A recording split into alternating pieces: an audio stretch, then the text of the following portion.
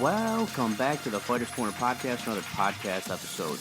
We know you missed us dearly, and what a better way to come back from a little bit of a sabbatical than to come back and talk about boxing and the Anthony Joshua versus Andy Ruiz fight.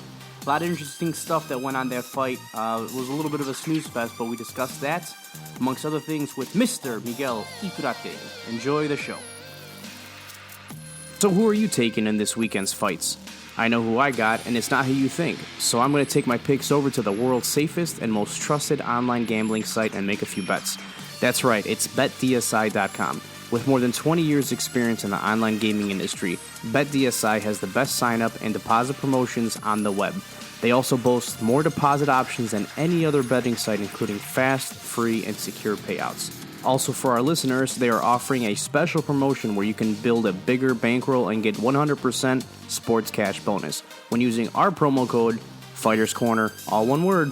That's 50% more sports cash by using our promo code Fighters Corner. Check out BetDSI for all your online gaming needs.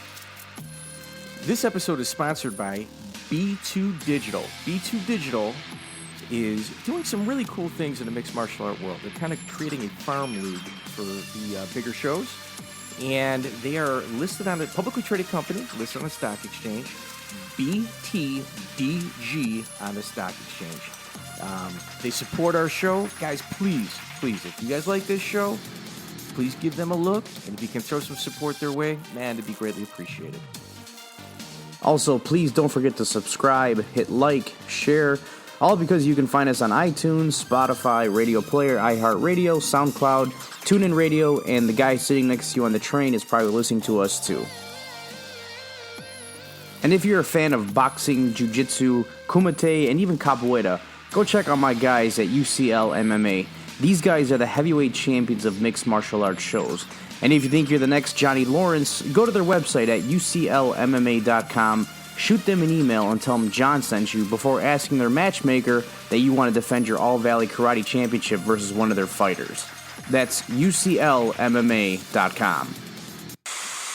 Hey, John Goroski, guess what? Are we back on the Fighters Corner podcast? Dude, we're sitting next to Jonah Williams. I am here, and I am actually on the phone with our man Miguel down in Costa Rica. Iturrate. Miguel, welcome back to the show. How are you, man? Great to be back, guys. Thanks for having me. All right, enough of the small talk. Let's talk about the greatest fight of the night, guys. Yeah, Miguel, you talk We're too here much. to recap. Miguel, please temper your language, man. It's off. We got kids listening. The greatest fight that I have seen this year took place on the undercard of tonight's tonight's Ruiz Joshua 2. The co-main event. The co-main, I would even say, based on just the sheer brutality that took place in that card, Joshua and Ruiz closed for this fight. Like, this was the actual main event. John, would you care to say who it was? It was Mr. Diego Pacheco going up against Selemani Sadi. Okay. And so, what happens is, Miguel, they get this big fight out in out in the middle of the desert, and they have all of these people come in and they finish it in 6 weeks. We're not even going to try to pretend. The arena was finished 6 weeks. But we're not going to even go down the path of how you could have completed something like that so quick. With 175 employees. With any human rights violations or anything like that. We are going to completely ignore that aspect of this disregard. The description. I'll fill you in on a little bit of it, and the bottom line is they're probably paying about 50 cents more an hour than Dubai nowadays. Oh, wow. Yeah. I imagine there's a guy with an AK-47 sitting on top of a sand dune, Little rifling warning off shots. warning shots. On the internet it said that workers worked tirelessly. I'm pretty sure they were plenty tired. Yeah. I'm just sure that tiredness got ignored. So I think the foreman actually of this project was also scheduled to fight that night because the guy that took the ring certainly didn't belong there against an 18-year-old kid. What's his name? Pacheco? Yeah, Diego Pacheco. Diego Pacheco, who's one of those L.A. guys. Mexican-American. Mexican-American. Man, proud Mexican-American. Oh, yeah. Be on a big card like this. So it was a swing bout, and they put him right before Ruiz Joshua. And I don't know what I saw. This is, I think, what we surmised. When one of the guys gets $85 million, you kind of go through like high school locker rooms asking people like, hey, man, I got a limited budget here. Who wants to jump in there and fight? You know, it's going to have to be almost free. But, dude, you're going to get a ton of exposure. Yeah. You're going to get a lot of fans. People will know who you are by the end of this night. Yeah, and you get a free round-trip plane ticket to the desert. Yeah. Dude looked like a boat person, Miguel from Africa, like one of those people like robs like the Exxon oil type ships. Somali pirate that took that one boat from Tom Hanks. I think he's in like Hobart, Indiana, in like some federal prison right now. He looked mean. He was very fit, but he definitely did not know how to box. Yeah, well, just Miguel, I'm not sure if you watched the fight or not, but in that fight, I think that gentleman. I think he died.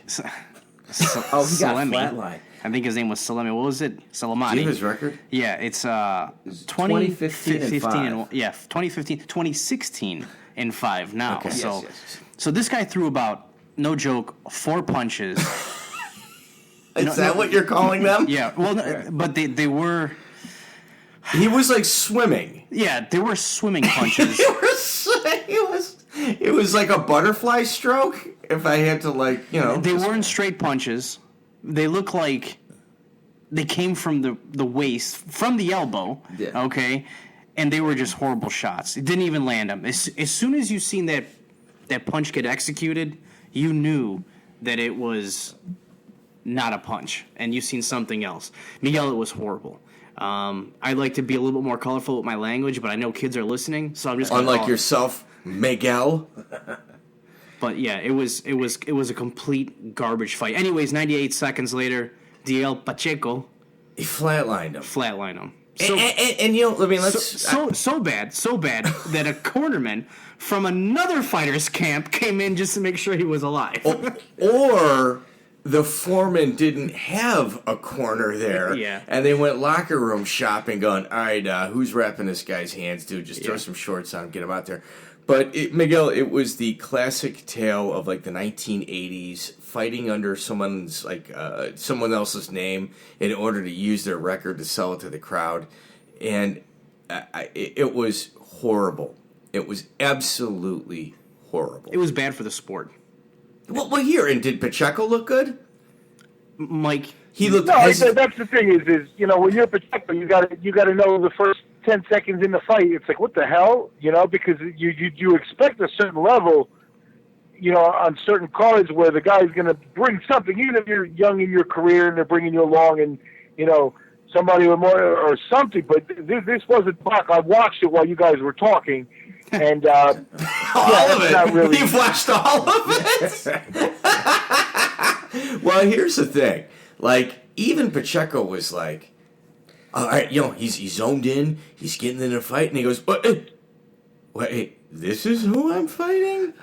Like, even he was shocked. You know, when I saw him in the corner, that's what I said there after the fight, is he was over there. He looked concerned for the dude. He had a look on his face like, I wish they would have told me he was a can and I wouldn't have killed him. Like, I might have just murdered this guy by accident. Yeah, I mean, in the way he got dropped, like, it wasn't like a Travis Fulton type knockdown where he just kind of like, you know, oh, the body shot really got me. Or, you know, all right, guys, I give you 4 or 5 rounds. I'm going to, you know, I need my shot now. That was a headshot like Kennedy in '63. oh God, we're going that way, huh? Wow, you're gonna go that way. I think the driver did it. I think the driver just literally turned around and put a bullet in Kennedy's head. It was the driver and Jackie O.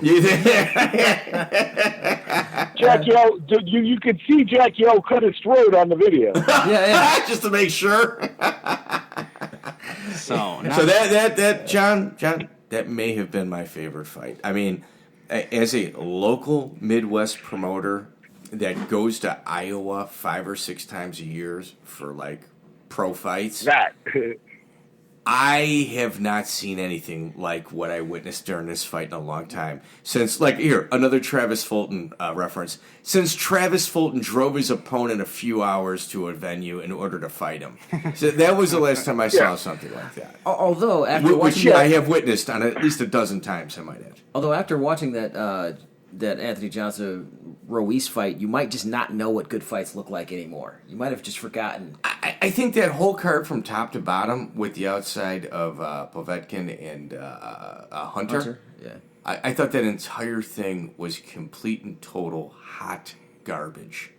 Smelly. Yeah, garbage. the problem is with the unique sponsorship of the event, and then bringing him to the location and all of that.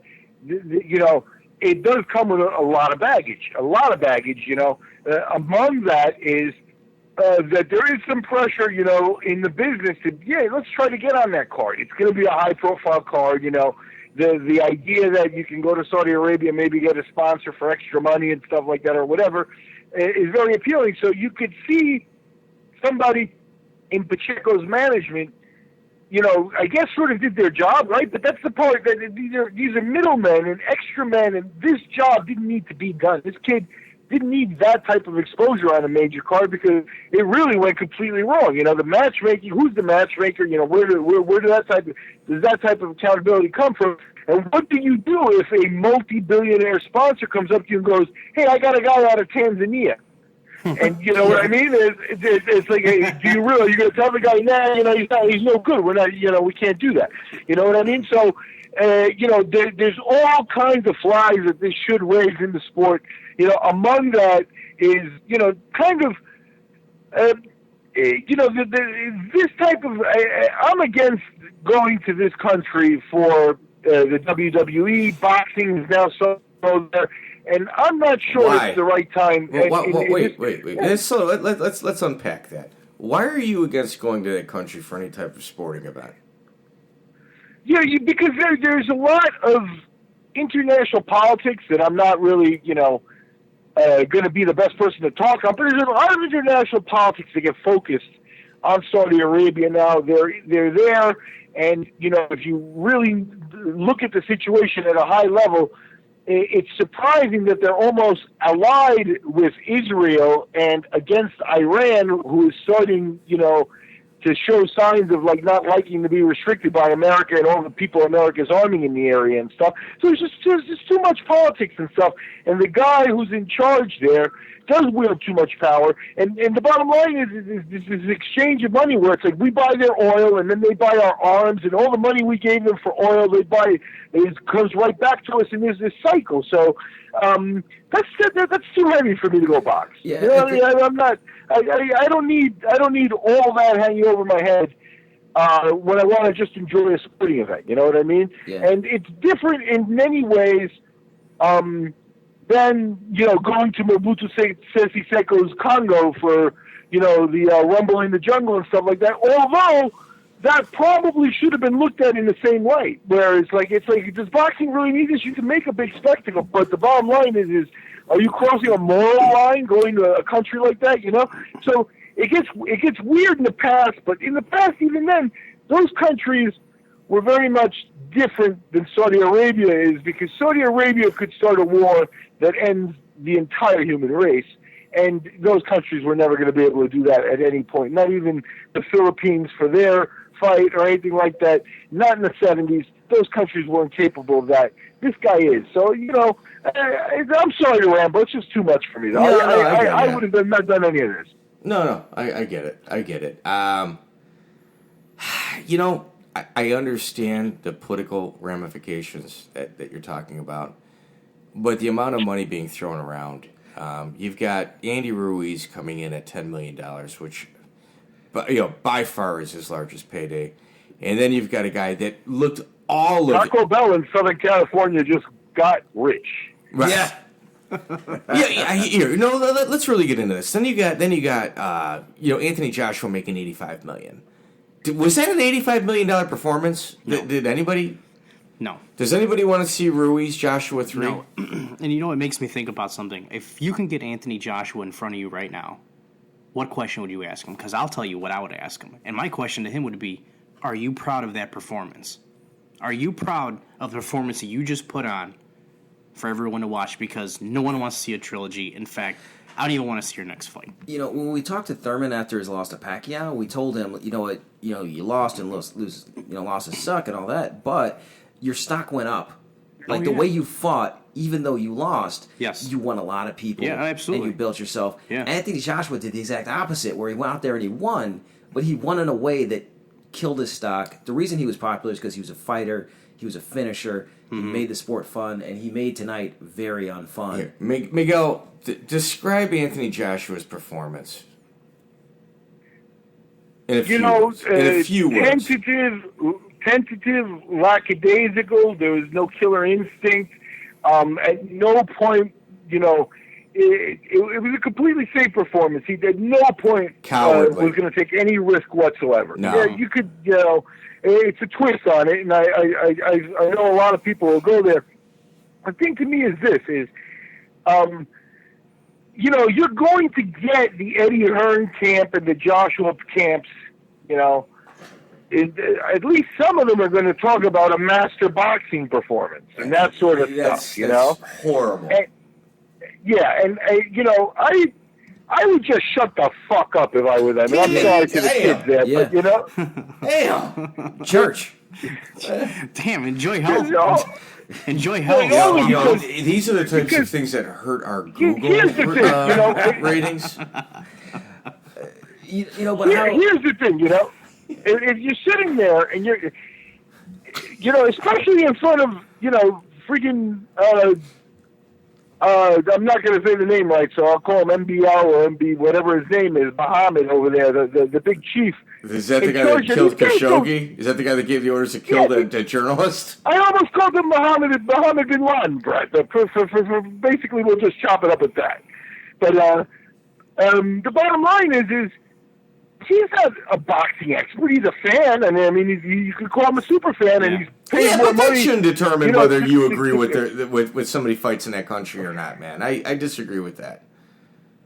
But my point is he's not, he's not seen 5,000 live boxing matches. He's not a boxing expert. So what you have here is you have David fighting Goliath. David didn't look in any better shape either. I think Ruiz had said he was going to get in better shape and things like that. None of that materialized. He still looked, obese basically. So, that comes in. Joshua did come in fitter and stronger, but he did absolutely nothing with his new, whatever movement and stuff like that. What do you want to show movement? He was jousting. He was jousting. This was a complete cowardly off performance to the heavyweight division. I was just, the bottom line is Wilder doesn't do himself any favors when with his low punch counts. Well, here. No, you're jumping on a whole bunch of different topics. So let's just get a little more focused here.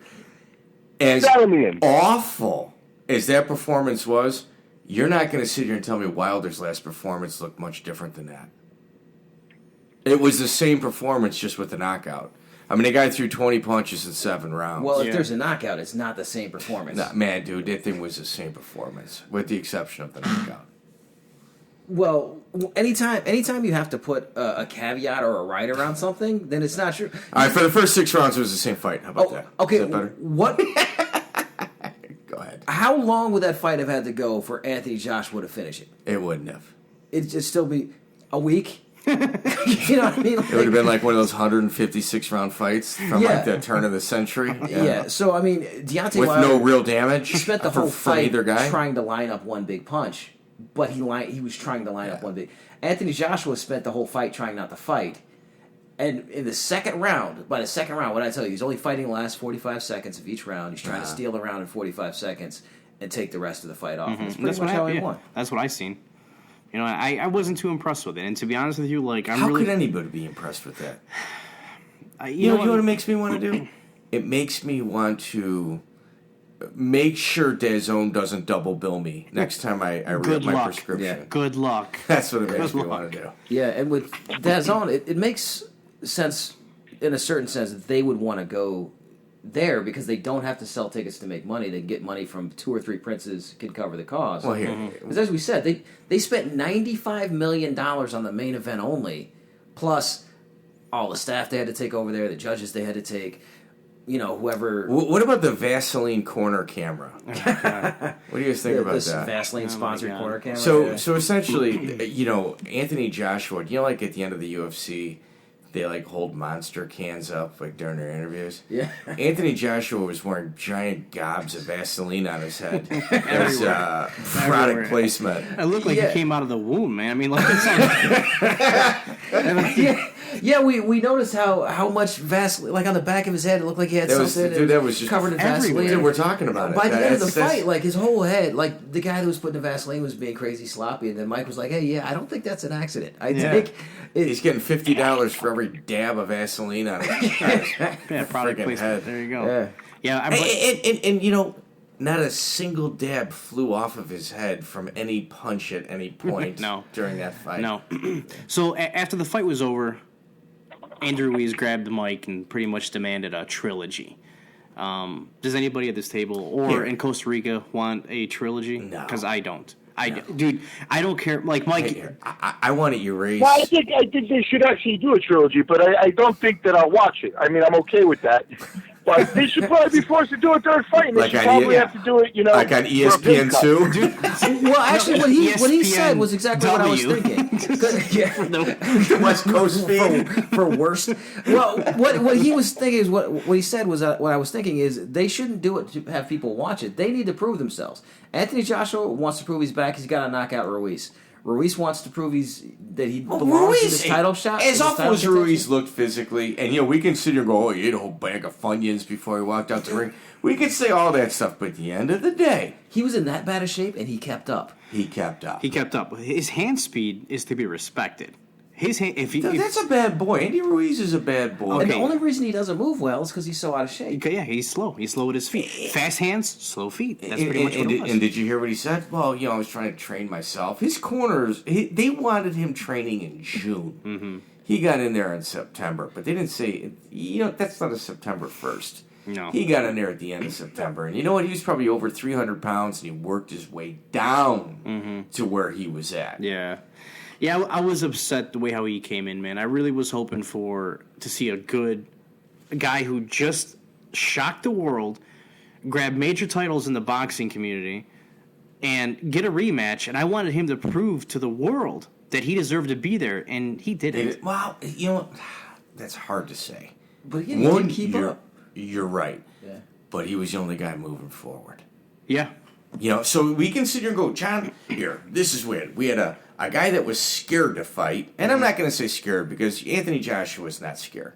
How about a guy that wasn't fighting? Because he was overly cautious.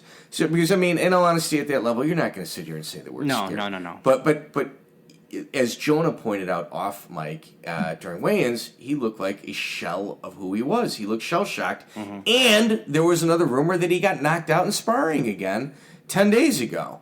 So you have that guy on one side of the ring, and then another guy, 6 months later that still can't pull it together, that won the belt. Man, that belt's a curse. Look at Tyson Fury and his coke binges, Andy Ruiz. It's just...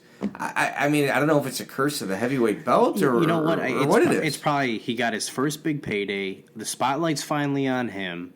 He's the king of the world. His interviews were horrible. He hasn't separated himself from gang life. Look at the colors he's got on. Look at his logos. Even still now. And then, Mike pointed out that his logo was a Latin King logo. It was on his shorts, his sponsor on his shorts was broke to the left, the way Latin King break the head to the left.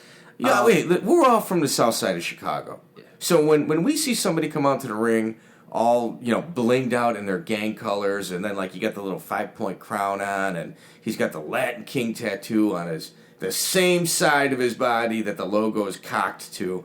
Come on, man. And like I say, if you grow up in a neighborhood where the cops don't come when you call them, do whatever you got to do to survive. And I'm not saying... No, right. I'm not saying who you got to be. Grow up. But... if you look at Anthony Joshua, anytime you see him on social media, see a picture snapped of him just walking down the street, take anybody who's there with him, throw him on stage at an amateur bodybuilding contest. They're going to place. Yes. He's constantly surrounded by athletes, people that work out, that work hard, that push themselves. And Andy Ruiz. I keep doing it. Andy Ruiz, he's constantly surrounded by cats that don't work that hard, that aren't in the gym, that Near don't box. do-wells. Yeah, those are your boys, and keep them as friends. But you can't be surrounded by those people. You got to have athletes around you if you're going to be an athlete. Okay, here. Now let me ask you guys a question. Based on the totality of what we know about Andy Ruiz, and we don't know him personally. How about if, and this is me making this up. How about if I were to tell you, would it surprise you that Andy Ruiz, with his last payday, bonded a whole bunch of his boys out of jail that were fighting major cases? Would it surprise anybody here? No. Based on who he hangs out with. Since then he's bought a couple high-end luxury cars.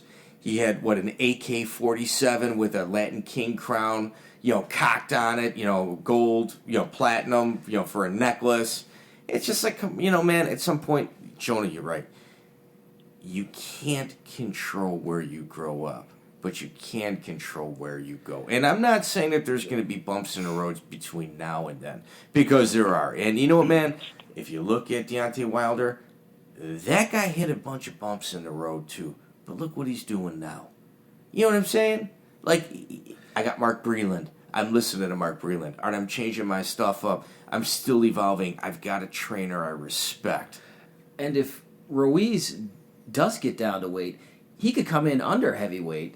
If he had that same if he lost the body fat, if he had that same kind of power, but at 205? Cruiserweight? Well, let's say 230 instead of 287. Let's say 230. Yeah. You know what I mean? Chop off 50 pounds of that thing. He moves a lot faster, and he still hits with the same power. All he needs is a little. The only way you're going to get ahead in life is to have just a little bit of discipline. And this fight has always been about discipline in the ring versus discipline in the gym. Anthony Joshua learned discipline in the ring. Andy Ruiz did not learn discipline in the gym. No, and man, there's a lot of people that fall into that category. If you can't find a trainer that you respect, you need to hang it up. Yeah. You need to hang it up. You've got Muhammad Ali shut up and listen to somebody at one point. Yeah. Clarence Griffin, Windy City Gym, Montel Griffin's father, was one of those people. But at the end of the day, it's true. Look at Ray Arcel. That's a bad boy there. All the great ones do. All the great ones do that. None of the great ones teach themselves. And Andy Ruiz, at the end of that fight, he said, I was kind of training myself. I was so pissed when he said that. Why would you even admit that? No, that's something you don't admit, man. That's something you do not admit, man.